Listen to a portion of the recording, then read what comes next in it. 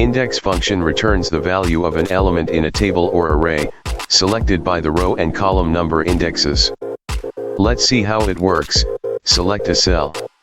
Type equal, index. Select a range of cells. Type comma. Select the row number in the range from which you want to return a value. Type comma. Select the column number in the range from which you want to return a value. Hit enter. Index function has returned the value at the intersection of the second row and third column in the range. Let's see another example. Select a cell. Type equal, index. Select a range of cells.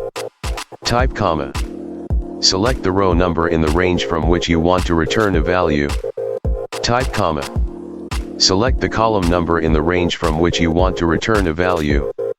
If you set row number to 0, function returns the array of values for the entire column. Hit enter.